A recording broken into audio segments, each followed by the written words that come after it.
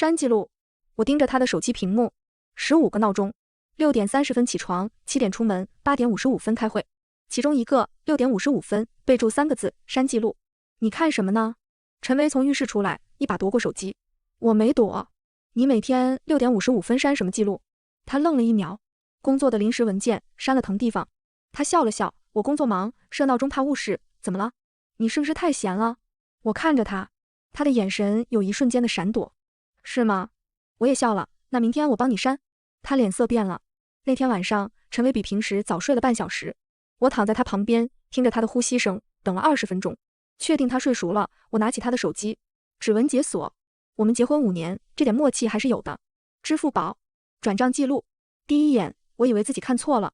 2024年10月3日转账5000元，备注宝贝加油。2024年10月1日转账3000元，备注想你。2024年9月28日转账2000元，2024年9月25日转账8000元，备注房租。我往下滑，1页、2页、3页，同一个人，同一个头像，一个穿白裙子的女人。最早的一笔，2021年12月17日，3年。我数了数，156次。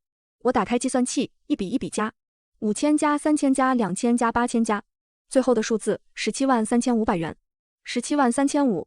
3年。我把手机放回原位，回到床上。陈薇翻了个身，手搭在我腰上。老婆，她迷迷糊糊地说。我没动。173500，我的年薪不到10万。那件我看了3个月的大衣，298块。他说太贵了。我闭上眼。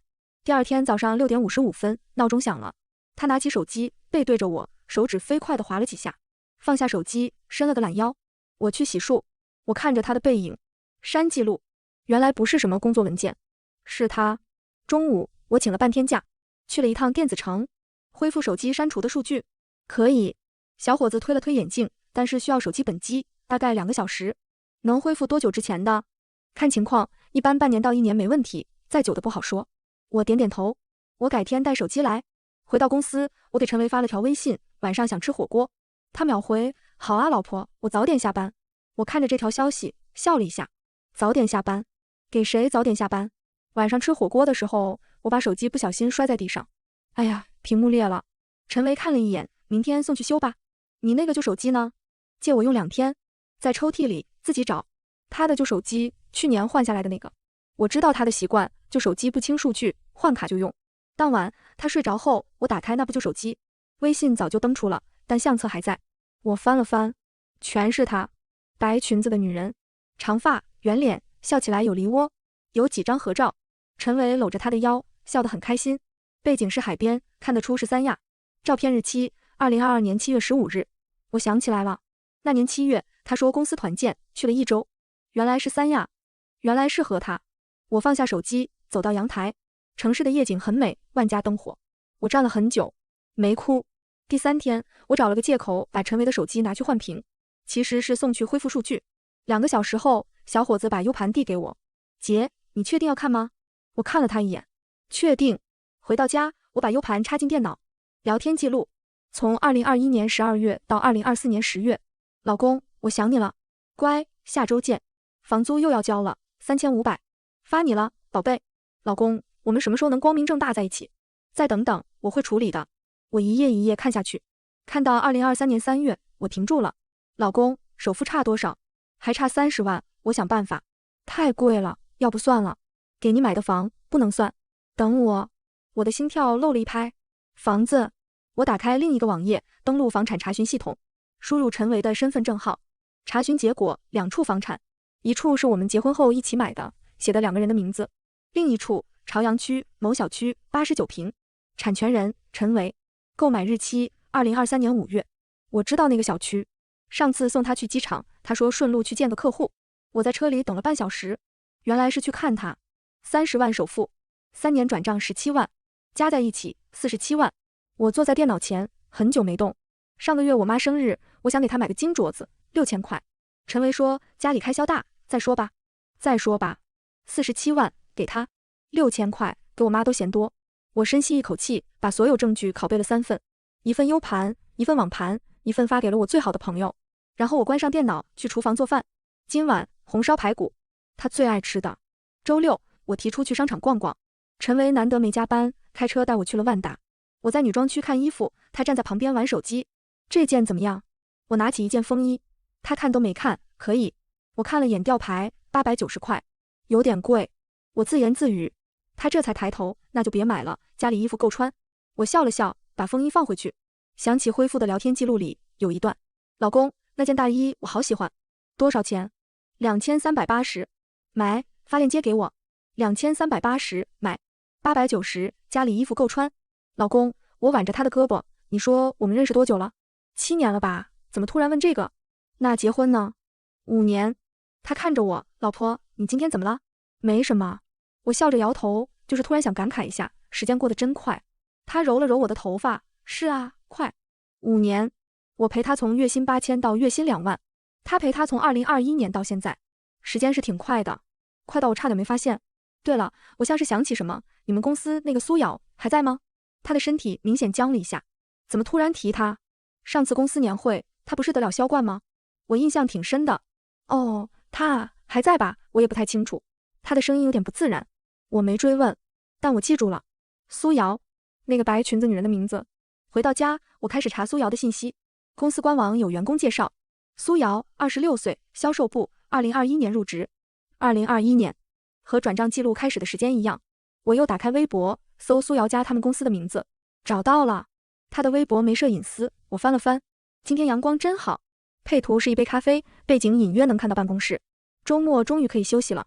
配图是一双手涂着红色指甲油，新买的包包，开心。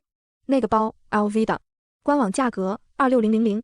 我继续翻，翻到2023年6月，终于有自己的小窝了，感谢生命中的他。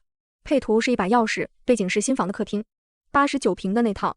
我又翻到2023年3月，定了89平，南北通透，老公辛苦了。老公，他叫他老公。我看着屏幕，突然觉得很可笑。我叫了5年的老公，原来是他的老公。那天晚上吃完饭，我在洗碗，陈维在客厅看电视。老婆，周末我可能要出差。他突然说，去哪？上海，见个大客户。哦，我应了一声，几天？2、3天吧，不一定。我没说话，继续洗碗。周末，上海，大客户。我想起苏瑶微博上的最新动态，终于可以去外滩了，期待印。发布时间是今天下午。外滩，上海，周末，真巧。好，我擦干手，走出厨房，那我周末回趟娘家，正好陪陪我妈。行啊，他头也没抬，替我给妈问好。给妈问好，6000块的镯子都舍不得买。好什么好？周末我没有回娘家，我去了趟房管局。你好，我想查询我丈夫名下的房产信息，请出示您的结婚证和身份证。我把证件递过去，工作人员在电脑上操作了几分钟。女士，您丈夫名下有2处房产，我知道，另一处的详细信息能打印出来吗？他看了我一眼，没多问。一份房产信息拿到手了，朝阳区89平，2023年5月购入，总价280万，贷款180万，首付100万。100万，我愣住了。之前的记录显示，首付是30万，那剩下的70万呢？我想了想，用陈维给我的买菜卡去银行查了流水，那张卡是我们的公共账户，每个月他往里打5000块生活费。流水显示，2023年4月有3笔大额转出，20万、25万、25万。转出账户显示的是陈维的另一张卡，我没见过那张卡，但我知道那笔钱从哪来了，那是我们的存款。我们结婚5年，我每个月存2000块，他说他也存2000，5年理论上有24万，但实际上那些钱被他分3次转走了。70万、30万是他想办法凑的，70万是我们的钱。我站在银行门口，风很大，47万给他花，70万给他买房首付，加在一起117万，而我连一件890块的风衣都没买成。下午我约了大学同学李文，他是律师，专做婚姻诉讼。咖啡馆里，他看完我整理的材料，沉默了很久。婉婉，你打算怎么办？我喝了口咖啡。你觉得呢？证据很全，离婚没问题，但是那套房子写的是他的名字，财产分割可能有争议。争议在哪？他可以说是婚前个人财产，虽然买房是在婚后，但首付来源你有证据证明是共同财产吗？我有银行流水。他眼睛一亮，那就好办了。70万是共同财产，不管房子写谁的名字，你都有份。还有呢？还有什么？我想让他净身出户。他愣了一下，然后笑了。那就得看你证据有多全了。出轨证据、财产转移证据，越多越好。我都有。那你还等什么？我看着窗外，再等等。等什么？等他自己走到绝路上。陈薇从上海出差回来那天，带了盒桂花糕。老婆，上海的特产，尝尝。我接过来。上海不是特产糕吗？怎么是桂花糕？他愣了一下，哦，这是朋友推荐的，说好吃。我没拆穿。桂花糕，苏州特产。苏瑶的微博昨天发了一张拙政园的照片。上海出差，苏州旅游。他撒谎都懒得认真撒了。好吃吗？他坐到我旁边，表情殷勤。挺甜的，你喜欢就好。我咬了一口，甜得发腻。老公，你说如果有一天你不爱我了，会告诉我吗？他正在喝水，呛了一口。说什么呢？怎么可能不爱你？我就是假设。没有假设。他放下杯子，认真地看着我。老婆，我这辈子就你一个。这辈子就你一个。156次转账，17万。89平的房子，70万。算上利息，差不多120万。我信你。我笑了笑。老公，你最近压力是不是很大？还好吧，怎么了？我看你瘦了。他摸了摸脸，是吗？可能最近确实忙。忙是好事，说明公司需要你。那是，他笑起来，咱家还指着我赚钱呢。指着你赚钱？我月薪8000，每个月交给家里6000。他月薪2万，每个月给家里5000，剩下的养他。谁指着谁？老公，我靠在他肩膀上，咱们存款还有多少？他身体僵了一下。怎么突然问这个？没事，就是想了解一下家里的情况。大概20来万吧，我也没细算。20来万。那70万呢？好，我点点头，有你管着钱，我放心。他松了口气，揽住我的肩膀。老婆，你这2天怎么老问这些？女人吗？到了年纪，总想安稳点。放心，有我呢。有你。有你给别人买房，有你给别人转账，有你给别人当老公，可真让人放心。周3，公司通知团建，地点选在陈维公司附近的一家农家乐。我没去，请了假说身体不舒服，其实是去了他公司楼下的咖啡厅。我想看看他。苏瑶。上午11点，我看见他了，长发，白裙子，踩着高跟鞋从公司大门出来。他旁边还有几个同事，说说笑笑的。他很会打扮，妆容精致，笑起来确实好看。26岁，比我小4岁。我想起自己26岁的时候，刚和陈维确定关系。那时候他月薪8000，我月薪5000，我们租着城中村的房子，吃着10块钱一份的盒饭。他说等我赚了钱，给你买大房子。我信了，信了7年。等来的是他住进了大房子。苏瑶打了个电话，表情突然变得很温柔。她压低声音，但我还是听到了几个字：老公，中午见，好，等你。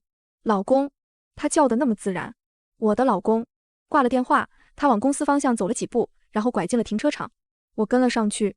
停车场角落，一辆黑色的凯美瑞，陈维的车。他拉开副驾驶的门，坐了进去。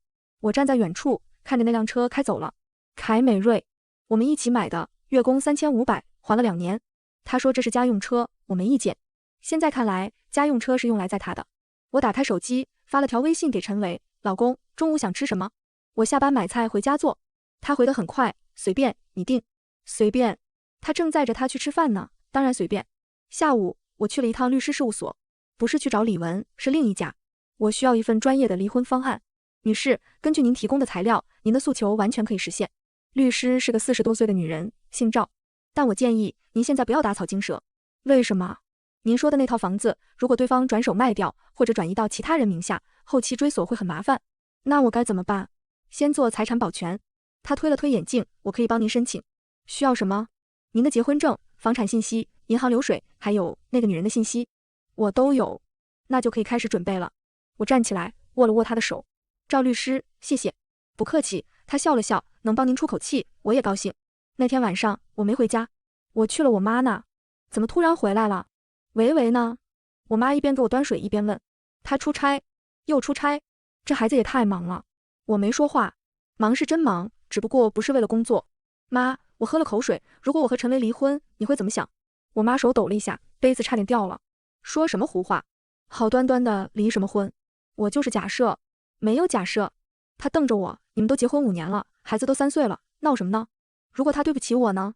他沉默了一会儿。什么叫对不起？比如出轨。婉婉，他放下杯子，坐到我旁边。男人嘛，偶尔犯错很正常，只要他愿意回头，就还是一家人。如果他不回头呢？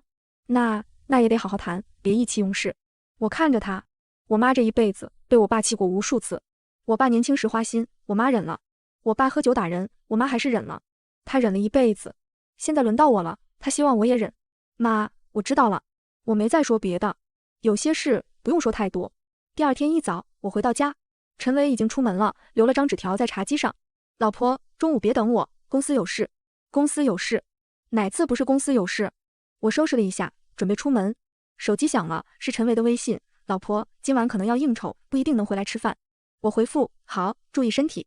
然后我打开另一个页面，朋友帮我下载的定位软件，陈维的车显示在朝阳区某个位置，不是公司，是那个小区，89平的那套。我冷笑了一下，应酬应得真及时。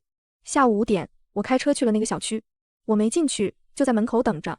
6点23分，陈维的凯美瑞从地下车库开出来，副驾驶坐着一个人，白裙子，长发，圆脸，苏瑶。车子在门口停了几秒钟，他从副驾探出身子，和他说了句什么，然后亲了他一下。就这样，当着保安，当着路人，当着门口等孩子的家长，明目张胆。他下了车，朝小区里走去，他则开车离开了。我拿出手机，按下了录像键，全程1分30秒，够了。晚上9点，陈维回来了，满身酒气，应酬喝多了。他瘫在沙发上，老婆，给我倒杯水。我去厨房倒了杯温水。老公，今天应酬的是哪个客户啊？王总，新单子。王总？哪个公司的？就一个小公司，你不认识？哦。我把水放到他手边。老公，我有件事想问你。他眯着眼睛，什么事？朝阳区那套房子是什么时候买的？他的眼睛突然睁开了。什么房子？你名下那套89平的那套。空气安静了3秒钟。你怎么知道的？他坐直了身子。我没回答，继续问，首付是多少？这个100万对吧？30万你凑的，70万从我们账户转的。他的脸色白了。老婆，你听我解释，解释什么？我打断他，解释你怎么背着我给别人买房？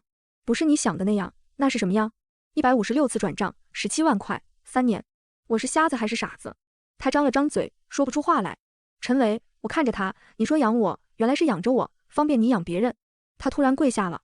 老婆，我错了，我真的错了，给我个机会。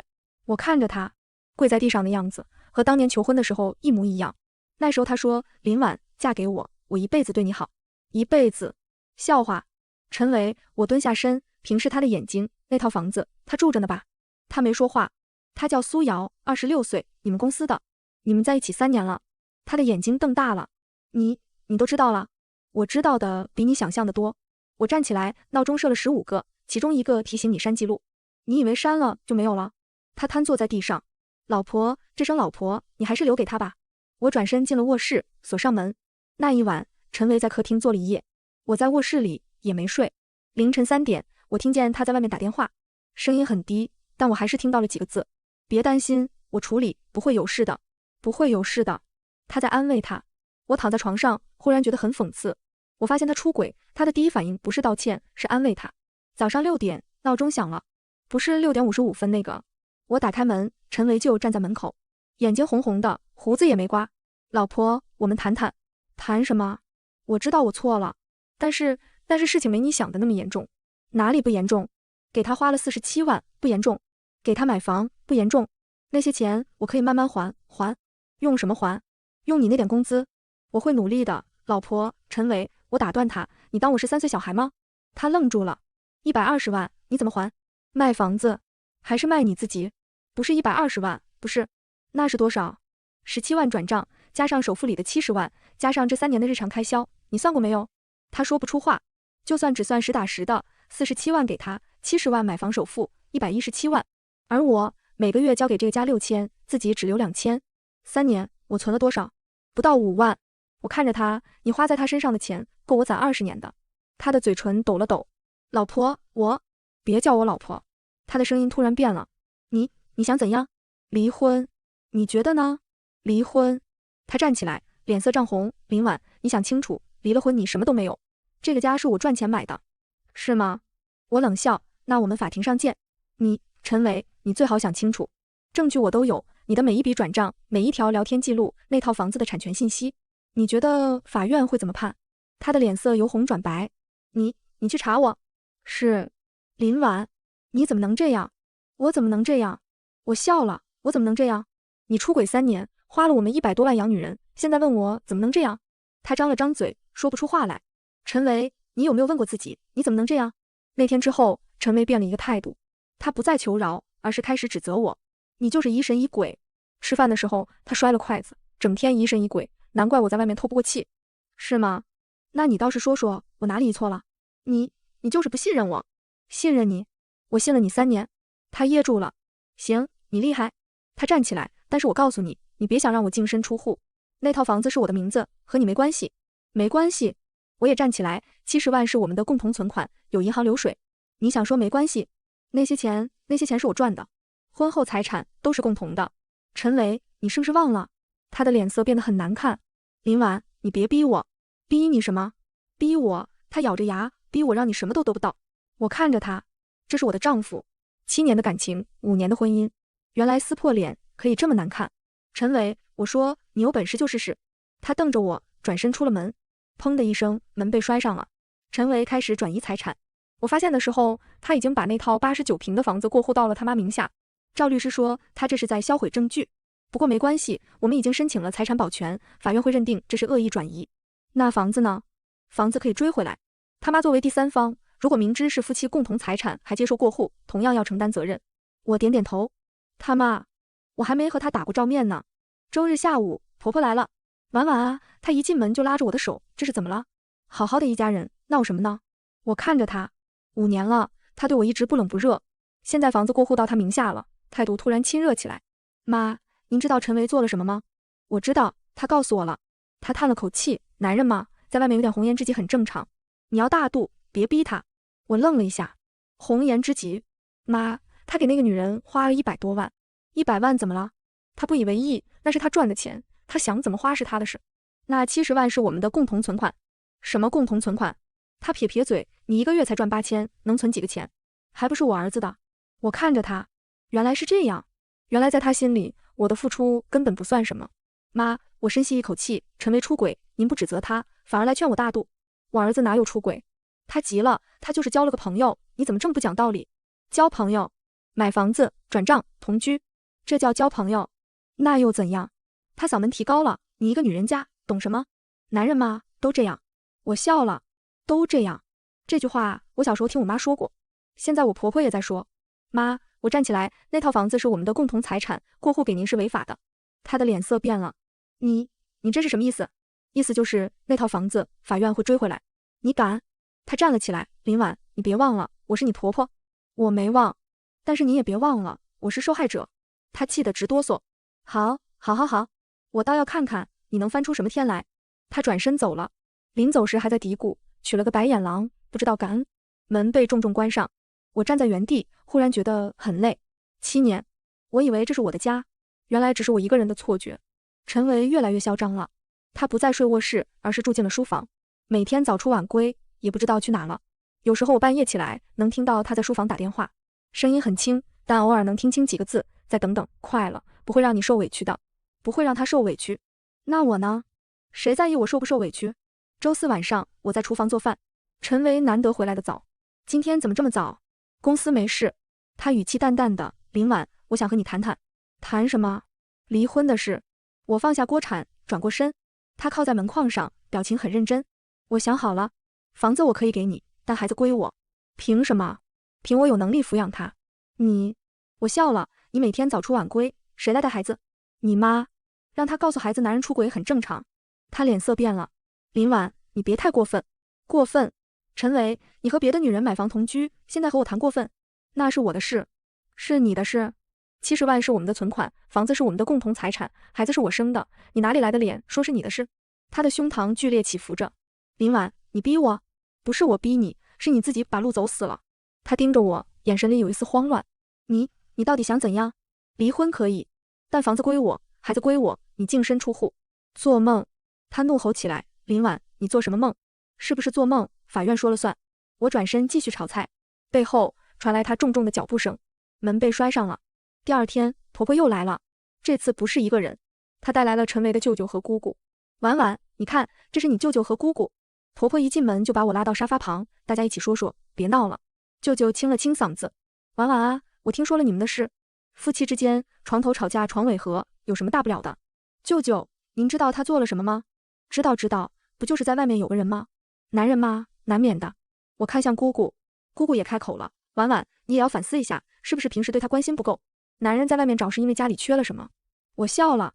姑姑，您的意思是他出轨是我的错？我不是这个意思，那您是什么意思？她语塞了。婆婆急忙打圆场，都是一家人，别说这些了。婉婉，你看这样行不行？那个女人我让维维断了，房子的事我们再商量。断了？我打断她，她怀孕了，怎么断？所有人都愣住了。什么？婆婆的声音都变了，怀孕了？是啊，我淡淡的说，您的好儿子让别的女人怀孕了。这不可能，不信您问她。婆婆的脸色白得像纸，舅舅和姑姑面面相觑，不知道说什么好。她都怀孕了，婆婆突然转了口风，那你就更应该大度。大度？我站了起来，你让我大度接受她的私生子？我没这个意思，那您是什么意思？她张了张嘴，说不出话。我看着她身后的舅舅和姑姑，这一大家子人没有一个站在我这边的。妈，我说您回去告诉陈伟，我的条件不变，离婚可以，房子归我，孩子归我。他净身出户，这怎么可能？有什么不可能的？他出轨在先，转移财产在后，法院会怎么判？您心里应该有数。林婉，婆婆站了起来，你别太过分，过分的是您儿子，不是我。我转身进了卧室，门关上的瞬间，我听见外面乱成了一片，有人在骂，有人在劝，有人在摔东西。我靠在门上，深吸一口气，累，真的很累，但是我不能退一步就什么都没了。那天之后，陈维消失了3天，电话不接，微信不回。我知道他在哪，89平的那套。他的肚子已经7个月了。苏瑶的朋友圈每天都在晒产检照，宝宝很健康，期待你的到来，老公带我吃了好吃的，幸福。老公这2个字像针一样扎着我。第4天，陈维回来了，满脸疲惫，胡子也没刮。林婉，我想好了。他站在门口，语气出奇的平静，离婚我同意，但是什么？她怀孕了，你就不能大度点？反正你也生过了。我以为我听错了。你说什么？我说她看着我，她怀孕了，马上要生了，你就不能大度一点？大度，又是这2个字。陈维，我深吸一口气，你是在跟我说让我接受你的私生子？我没说让你接受，我只是说什么？说反正你已经有孩子了，我再要一个也不影响你什么。我忽然笑了，笑的眼泪都快出来了。陈维，你是不是觉得我很好欺负？我没这么觉得，那你为什么敢跟我说这种话？他愣住了。我和你结婚5年，你出轨3年，你花了100多万养别的女人，让她住进用我们存款买的房子。现在你告诉我她怀孕了，让我大度？陈维，你告诉我，你凭什么？他说不出话。你凭什么觉得我应该大度？凭我养了你3年，凭我把工资全交给家里，凭我生孩子的时候你在陪他？不是这样的，那是怎样？你告诉我是怎样？他的嘴唇在抖。林婉，你能不能？不能。我打断他，陈维，我一点都不能大度。我走到他面前，看着他的眼睛，你想要大度？行，大度的等着净身出户吧。他的脸色彻底变了。你什么？你还想威胁我？我冷笑，陈维，你最好想清楚，47万转账，70万买房，3年的出轨证据，你觉得法院会怎么判？他张了张嘴，什么都说不出来。我给你1周时间，我说考虑好了来找我。我转身离开，身后传来他重重坐在沙发上的声音。1周后，赵律师打电话给我，林女士，对方同意协议离婚了，条件呢？他接受大部分条件，但有2点想争取，一是每个月探视孩子1次，2是那套89平的房子。不行，林女士，您考虑一下。不用考虑，房子是用我们的共同财产买的，我有权分割。探视可以谈，但不是现在。那赵律师，您约他见面吧。有些话我当面说，约在一家咖啡厅。陈维来的时候神色憔悴，好像老了10岁。林婉，我没理他，把一个文件夹推到他面前。这是什么？你打开看看。他打开文件夹，里面是厚厚一沓资料，银行流水、转账记录、聊天记录截图、房产信息，还有一段录音的文字转写稿。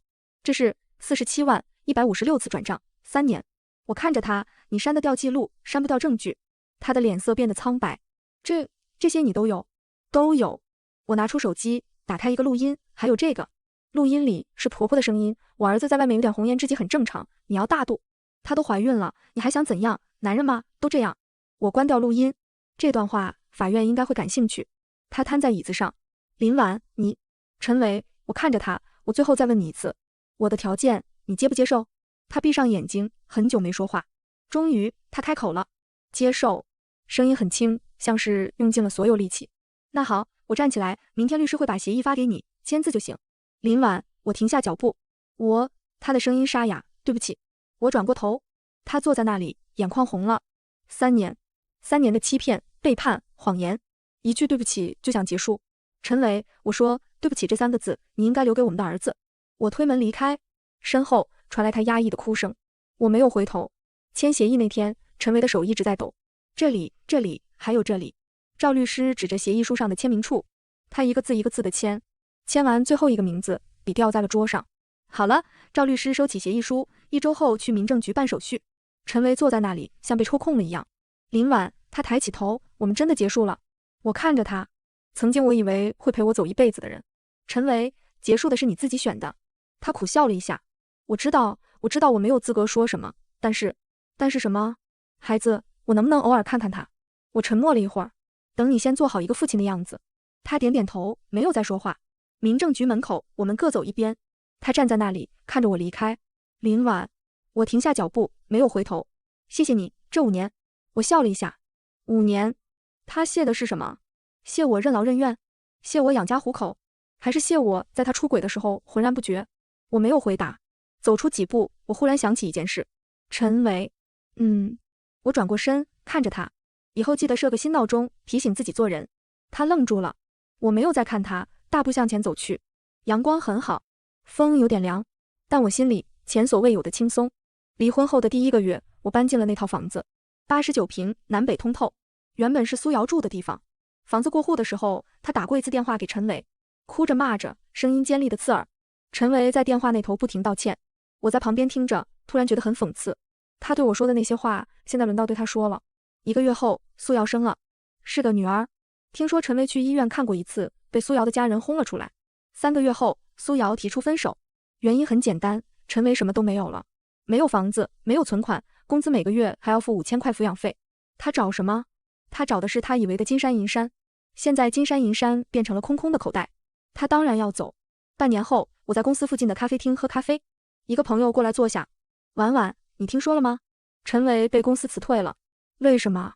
说是业绩不行，其实是……他压低声音，他那个事闹得太大了，公司觉得影响不好。我点点头，没说话。你不觉得解气吗？我想了想，还好，还好。他惊讶地看着我，他那样对你，你不恨他？恨过，我说，但是现在不恨了。为什么？因为不值得。他愣了一下，然后笑了。婉婉，你真的变了。是啊，我变了。3年前，我是那个任劳任怨的妻子，现在我是我自己。1年后的一个下午，我正在公司开会，会议室的门被推开了，秘书探进头来，林主管，您的快递。我签了字，打开一看，是一本书，女性独立手册。扉页上有一句话，给所有勇敢的女人。李文，我笑了。李文，我的大学同学，也是帮我离婚的律师。打开第1页，里面还夹着一张纸条。婉婉，恭喜你升职，改天吃饭，我请客。升职？对，上个月我升了部门主管，月薪涨到了15000。这1年，我拼命工作，拼命学习，拼命让自己变得更好，不是为了证明什么，只是因为我终于可以为自己活了。又是1年过去了，我站在阳台上，看着窗外的城市。儿子在客厅里玩积木，时不时喊一声：“妈妈，你看。”看到了，搭得真棒。他笑了，露出2颗小虎牙。4岁了，他长得越来越像我，眼睛大大的，睫毛长长的。唯一像陈伟的，大概是那股倔脾气。门铃响了，我去开门，是快递，一个大箱子。妈妈是什么？可能是你的新玩具。耶！他跳了起来。我笑着摇摇头，把箱子搬进屋里。打开一看，是之前在网上订的儿童书架。这套房子我已经完全装成了自己喜欢的样子，原来的那些痕迹早就被我一点点抹去了。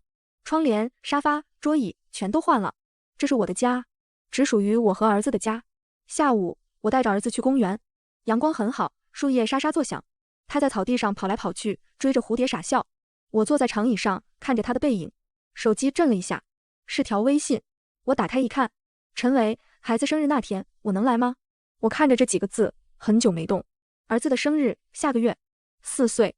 那天陈维缺席了，因为他在陪苏瑶做产检。现在他又想来了。我关掉手机，没有回复。妈妈，儿子跑过来，手里捧着一朵小花，送给你。我接过花，笑着亲了亲他的额头。谢谢宝贝，妈妈最好了。他抱住我的脖子，我搂着他小小的身体。阳光洒下来，暖暖的。这就是我现在的生活，有阳光，有儿子，有希望。至于那条微信，有些问题不需要现在回答。我牵起儿子的手，向前走去。前方是什么？我不知道，但我知道，无论是什么，我都能好好的走下去，因为我已经不是那个等别人给答案的人了，我是我自己。